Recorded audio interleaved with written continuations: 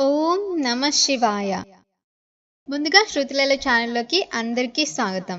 ఈరోజు వీడియోలో మనం శివపురాణం 2వ భాగం గురించి తెలుసుకుందాం. ఇంకా ఆలస్యం చేయకుండా మొదలు పెడదాం. పరమశివుని లీలామూర్తుల్లో 13వ మూర్తి హరిహరమూర్తి. అనగా ఆయన శరీరంలో సగభాగంను శ్రీ మహావిష్ణువు స్వీకరించారు. అలా పరమశివుణ్ణి ప్రసన్నుణ్ణి చేసుకొని శరీరంలో సగభాగంను స్వీకరించిన మూర్తిని హరిహరమూర్తి అంటారు. నీవు ఎటువంటి భక్తితో ఎటువంటి ఉపాసన చేసి శంకరుని అర్ధభాగంను పొందావో ఆ ఉపాయంను నాకు చెప్పవలసినది అని పార్వతీదేవి నారాయణుణ్ణి ప్రార్థన చేస్తే శ్రీమన్నారాయణుడు పార్వతీదేవికి ఉపదేశం చేసిన స్తోత్రమే శివాష్టోత్తర శతనామ స్తోత్రం. ఈ శివాష్టోత్తర శతనామ స్తోత్రంను ఆధారం చేసుకొని పార్వతీదేవి శంకరుని శరీరంలో అర్ధభాగంను పొందింది. అది 14వ స్వరూపం. దాన్ని అర్ధనారీశ్వర స్వరూపం అని పిలుస్తారు. మనుష్య జన్మ ప్రయోజనం భగవంతునితో ఐక్యమే కనుక శివాష్టోత్తర శతనామ స్తోత్రంను ప్రదోష వేళలో చదవడం ఇహం నందు సమస్తమైన కోరికలను తీరుస్తుంది. పరలోక సుఖమును భగవంతుని అనుగ్రహంను మనయందు ప్రసరింపజేస్తుంది. శివో మహేశ్వరః అని పిలుస్తారు. మహేశ్వరః అనబడే నామం చిత్రమైన నామం. మంత్రపుష్పం చెప్పినప్పుడు ఈశానస్సర్వ విద్యానామేశ్వరః సర్వభూతానాం బ్రహ్మాధిపతిర్ బ్రహ్మణోధిపతిర్ బ్రహ్మ శివో మే అస్తు సదాశివోం అని చెప్తాం. సర్వమంగళములకు కారణమైనవాడు, సర్వ జగన్నిమాయకుడు, సృష్టి స్థితిలయలు చేసేవాడు తానొక్కడే అయి ఉండి, కాని సృష్టి చేసినప్పుడు ఒకడిగా, స్థితికారకుడిగా ఉన్నప్పుడు ఒకడిగా, లయకారకుడిగా ఉన్నప్పుడు ఒకడిగా, మూడుగా కనపడుతూ ఆయన అనుగ్రహం చేత జ్ఞానం కలిగినప్పుడు అవి మూడు కావు ఒక్కటే అన్న జ్ఞానం ఎవరి నుంచి ప్రసరిస్తుందో ఆయన మహేశ్వరుడు. ఆయనే మూడుగా కనపడే ఒక్కడు. అందుకే పోతన గారు భాగవతంలో ఒక చోట ఒక మాట అంటారు. మూడు మూర్తులకును మూడు రూపములకు మూడు కాలములకు మూలమగుచు భేదమగుచు తుది కభేదమై ఎప్పారు బ్రహ్మమనగా నీవే పాలనయన. మనము సృష్టి స్థితిలయ అని మూడు మాటలు వాడుతుంటాం. మనలో చాలా మందికి ఒక తప్పు అభిప్రాయం ఉంటుంది. రుద్రుడు లేదా శివుడు అనేసరికి ఆయన సంహారకర్త, లయకారకుడు, ఆయన సంహరిస్తాడు అని అనుకుంటారు. అన్ని వేళలా లయము అనే శబ్దంనకు అర్థం కేవలం చంపివేయడం కాదు. పరమశివుడు చాలా ఉదారుడై ఉంటాడు. మనకు లయమునందు స్వల్పకాలిక లయం అని ఒక మాట ఉంది. గాఢ నిద్ర పట్టినట్లయితే ఆ నిద్రలో దుఃఖం తెలియదు. హాయిగా నిద్ర పట్టింది అంటారు. ఆ హాయి అనేది ఏమిటి? మనస్సు లేకపోవడమే హాయి. గాఢ నిద్రలో ఉన్న స్థితిలో మనస్సు ఆత్మలోకి వెళ్ళిపోయి ఆత్మగా ఉండిపోతే ఎంతో సంతోషంగా ఎంతో హాయిగా ఉంటుంది. ఆ స్థితిలో బాహ్యంనకు సంబంధించిన ఎరుక అంతా ఆగిపోతుంది. ఆగిపోయినప్పుడు గొప్ప ఆనందంను పొందుతాడు. ఇలా ఆనందంను పొందిన స్వరూపం ఏదైతే ఉందో ఆ ఆనందమే శంకరుడు. ఆ ఆనందమే పరమశివుడు. మనం పొందిన ఆ నిద్రను స్వల్పకాలిక లయం అని పిలుస్తారు.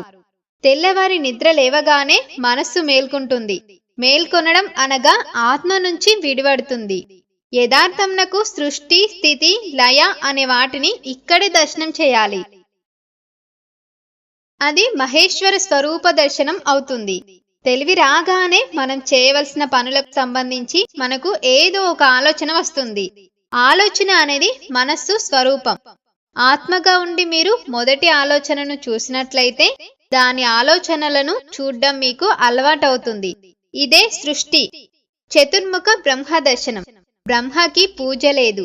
సంకల్ప దర్శనం చేత మాత్రమే మీరు బ్రహ్మ దర్శనం చేసేస్తారు. సృష్టి ప్రారంభమైంది అనగా మీ మనస్సు బయటకు వచ్చింది. ఇప్పుడు మీకు స్థితి కావాలి. స్థితి అంటే నిర్వహణ శక్తి. మనస్సు కొన్ని సంకల్పములను చేస్తుంది. వీటిని విడగొట్టగలిగిన ప్రజ్ఞ కావాలి. ఇలా చేయాలంటే మీకు సమర్థత కావాలి. ఇది నిర్వహణ సమర్థత. అటువంటి శక్తిని పొంది ఉన్నవాడు స్థితి కారకుడు. అటువంటి శక్తిని స్త్రీగా చెప్తే నారాయణి అమ్మవారు, పురుషుడిగా చెప్తే శ్రీ మహావిష్ణువు. కాబట్టి మీరు తప్పకుండా ప్రాతకాలం నందు విష్ణునామం చెప్పాలి. విష్ణు శక్తి మీ యందు ప్రసరిస్తే సాయంకాలం వరకు ఆ ప్రజ్ఞ అలా వెలువడుతుంది. అందుకని విష్ణు పూజతో విష్ణునామంతో రోజు ప్రారంభం కావాలి. తర్వాత మీరు అభిషేకం చేసుకోవచ్చు, శివార్చన చేసుకోవచ్చు, కానీ విష్ణునామంతో ప్రార్థించాలి. మనకు భగవంతుడు ఒక్కడే, కానీ మనకు ప్రయోజనం చేకూర్చడానికి అన్ని రూపంలను పొందాడు.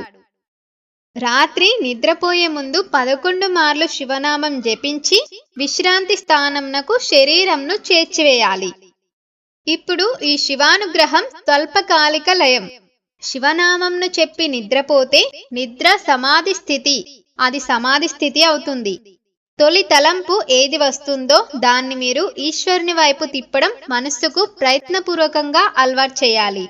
అప్పుడు మీరు కాలం నందు ఒకరోజు అనబడే విభాగంను మహేశ్వరుడిగా మారుస్తున్నారు. ఇదే మహేశ్వర అర్చనం. ఈ మహేశ్వరార్చన చేత మీరు మహేశ్వరుడు అయ్యారు. ఎలా? మొట్టమొదట ఆలోచన బయటకు వస్తూనే మనస్సుకి ఒక అలవాటు ఉండాలి. మీకు కూడా మీ మనస్సుకు తర్ఫీదు ఇవ్వడం రావాలి. నిద్ర లేవగానే అది మొదటి సంకల్పం ఏమి చెప్పాలంటే, సాధారణంగా ఎడమవైపు నిద్రపోమ్మని శాస్త్రం చెప్తుంది. మీరు నిద్ర లేవగానే మీ దృష్టి ప్రసారం తిన్నగా మీరు ఆరాధించే దేవతా స్వరూపం మీద పడాలి. అలా లేవగానే దేవతా స్వరూపంను చూడటం మొదటిగా మనస్సుకు మీరు అలవాటు చేయాలి. అంతేగాని టైం అయిపోతుందని గడియారం వంక చూస్తూ కంగారుగా లేవడం అలవాటు కాకూడదు. నిద్ర లేవగానే మీ తలను తిప్పి కళ్ళు విప్పితే మొట్టమొదటి దృష్టి పరమేశ్వరమూర్తి మీద పడ్డం చేత పరావర్తనం చెంది ఆ పార్వతీ పరమేశ్వర్లు లేక లక్ష్మీనారాయణల దర్శనం జరిగి ఈ కంటితో చూసి లేచిన తర్వాత కాలు పెట్టే ముందు మనస్సునందు మరలా సముద్రవసనే దేవి పర్వతస్థన మండలే అని శ్లోకం చెప్పి క్రిందకి దిగగానే గురువు గారు మీరు నాకు ఉపదేశం చేశారు, మీరు చెప్పిన బుద్ధితో ఈ రోజు నా రోజు గడుచుగాక అని నేల మీద 10 గురువు గారి పాదములను ఒక్కసారి మనస్సులో ధ్యానం చేసి వారి పాదములకు శిరస్సు దాటించి పైకి లేవాలి.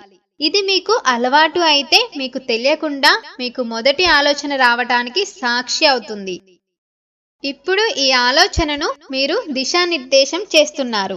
ఇది స్థితి కారకత్వం. లలితా సహస్రనామంలో అమ్మవారికి భవన మాత్ర సంతుష్టాయై నమః అని ఒక నామం ఉన్నది. మీ భావన చేత ఆవిడ సంతుష్టురాలవుతుంది. మీ మనస్సులో మీరు మంచి భావన చేస్తుంటే అక్కడ ఆమె ఆనందిస్తుంది. మనలో ఉన్న శక్తి అంతా ఆవిడే. ఇక్కడ ఉన్న ప్రకృతి వికారమైన శరీరం ఆవిడ. ఇది ఆయనను కోరుతుంది. దీనిని దానితో కలపాలని ఆవిడ తెరపైకెత్తుతుంది. ఇది మాయ అన్న యవనికను ఒక రోజున పైకెత్తేస్తుంది. అప్పుడు మీరు దానితో కలుస్తారు. అప్పుడు మీరు జీవితంలో అనుసంధాన ప్రక్రియగా వెళ్ళవలసిన మహేశ్వర స్వరూపం. అంతేకాని మహేశ్వర స్వరూపం అనగా ఏదో దేవతలందరి చేత పూజించబడేవాడు అని అనుకోకూడదు. అలా అనుకోవడం దోషం కాకపోవచ్చు, కానీ మీరు అలా అనుసంధానం చేసుకుంటే అది భక్తికి బాగా పనికొస్తుంది. కానీ ఇది మీరు నిత్య జీవితం నందు అలవాట్లోకి తెచ్చుకోవాల్సిన ప్రక్రియ.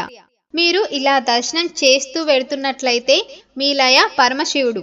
నిద్ర లేవగానే మిమ్మల్ని ఎవరైనా మీరు ఇప్పటిదాకా ఎవరితో కలిసి ఉన్నారు అని అడిగినట్లయితే అప్పుడు మీరు ధైర్యంగా నేను ఇప్పటి వరకు కైలాసం నందు పార్వతీ పరమేశ్వర్లతో కలిసి ఉన్నాను, అది నా నిద్ర అని చెప్పగలగాలి. ఎందుచేత? నేను నా నిద్రను పడుకోబోయే ముందు అలా స్వీకరించాను. నేను లేచినప్పుడు చతుర్ముఖ బ్రహ్మ దర్శనమైన మేల్కొనుట. నా పూజా మందిర ప్రవేశం స్థితికర్త ప్రార్థన. నా నిన్నటి రోజు సృష్టికర్త, స్థితికర్త, ప్రళయకర్తల సమాహారం. అది మహేశ్వర స్వరూపంగా నా చేత ఉపాసన చేయబడిన కాలం కనుక నేను మహేశ్వరోపాసన చేత మరొక మహేశ్వరుడను అయినాను. ఇది మీ జీవితం నందు రావాల్సిన ప్రక్రియ. ఇలా చేయగా భ్రమర కీటక న్యాయంలో ఒకనాడు మీరు ఆ స్వరూపంను పొందుతారు. ఇలా కాకుండా వేరొక రకమైన ఆలోచనతో వ్యగ్రతతో జీవితం వెళ్ళిందంటే అసలు ఆత్మలోంచి విడివడడంలో మీకు కృతజ్ఞతా భావం కలగదు. మహేశ్వర శబ్దం గురించి. తమీశ్వరానాం పరమం మహేశ్వరం తం దేవతానాం పరమం చ దైవతం. దేవతలందరూ కూడా ఎవరికి ప్రార్థన చేసి నమస్కరిస్తారో, సర్వ జగత్తును ఎవరు నియమించి పోషించి రక్షిస్తున్నాడో, ఎవడు దీన్ని నిలబెడుతున్నాడో, ఎవడు దీన్ని తనలోకి తీసుకుంటున్నాడో వాడే మహేశ్వరుడు. వాడు సర్వ జగన్ని యామకుడు. వాడు పరబ్రహ్మమై ఉన్నాడు. ఇటువంటి పరబ్రహ్మం ఎక్కడ దర్శనమవుతుంది? దాన్ని మనం చూడగలమా? దీనికి శాస్త్రం సమాధానం చెప్పింది. మహేశ్వర దర్శనం చేయడానికి ముందుగా మీకు మహేశ్వర దర్శనం చేయాలన్న తాపత్రయం కలగాలి అని చెప్పింది. ఒక్కొక్కరు చాలా పెద్ద చదువులు చదువుకుంటారు. అలా చదువుకోవడం గొప్ప కాదు. అలా చదువుకున్న చదువును నిరంతరం ఎవరైతే అనుష్ఠానంలోకి తెచ్చుకుంటారో వారు గొప్పవారు. అటువంటి వారు మహాపురుషులవుతారు. చదివిన విషయంను ఆచరణలో పెట్టడానికి శ్రద్ధ కావాలి. చెప్పాం కాదు, అనుష్ఠానంలో ఉండాలి. ఈశ్వరుడు సర్వసాక్షి. ఆయన చూస్తున్నాడు అనే బెరుకు మీకు ఉన్నట్లయితే ఒకడు చూసి మిమ్ము మెచ్చుకోవాలని మీరు పనులు చేయరు.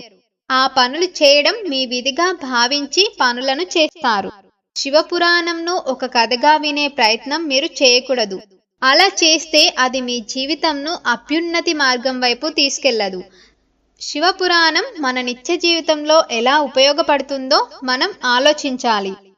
ఈశ్వరుణ్ణి చూడాలి అనే తాపత్రయం మీరు సృష్టి స్థితి లయానుసంధానం నిరంతర ప్రక్రియగా చేయడంలో ఉంటుంది.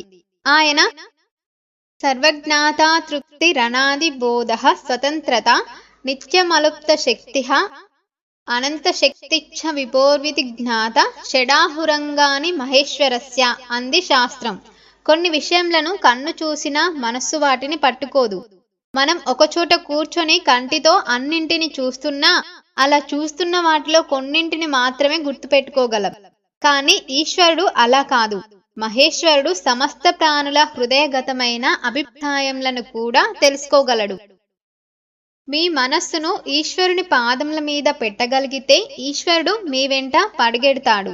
మీ మనసు అక్కడ పెట్టడానికి మీరు చేస్తున్న పరిశ్రమకు పూజ అని పేరు. అలా భగవంతుని యందు మనస్సును కేంద్రీకరించి పూజ చేయడం అలవాటు చేసుకోవాలి. అది అలవాటు అయితే మీరు ఏ ప్రదేశంలో ఉన్నా పూజ చేసుకోగలుగుతారు. కాబట్టి పరమేశ్వరుడు హృదయగతాభిప్రాయంను పట్టగలిగినవాడు. దీనికే సర్వజ్ఞత అంటారు. సర్వజ్ఞత స్వతంత్రత అనేవి రెండు ఈశ్వరుడితో ముడిపడి ఉంటాయి. ఏకకాలం నందు సమస్త చరాచర జగత్తులో ఉన్న ప్రాణుల హృదయాంతర్గత భాగంలను తాను చూస్తాడు. చూసి ఆ భావంల పరిపుష్టి చేత మోక్షంను కూడా అనుగ్రహిస్తాడు. పైకి చూస్తే ఈ విషయం మీకు ఒకనాటికి దొరకదు. ఇది ఇవాల్టి శివపురాణం 2వ భాగం. దీన్ని ఒక కథలా వినకుండా మీరు మీ మనస్సును ఎలా కేంద్రీకరించాలి, ఏకాగ్రత ఎలా పెంచుకోవాలనే దాని గురించి దృష్టి సారించండి. ఇది ఇవాల్టి వీడియో. మీకు నచ్చుతుంది అనుకుంటున్నా. నచ్చితే తప్పకుండా వీడియోని లైక్ చేసి షేర్ చేసి కమెంట్ చేయండి. ధన్యవాదాలు. సర్వేజన సుఖినో భవంతు. ఓం నమః శివాయ.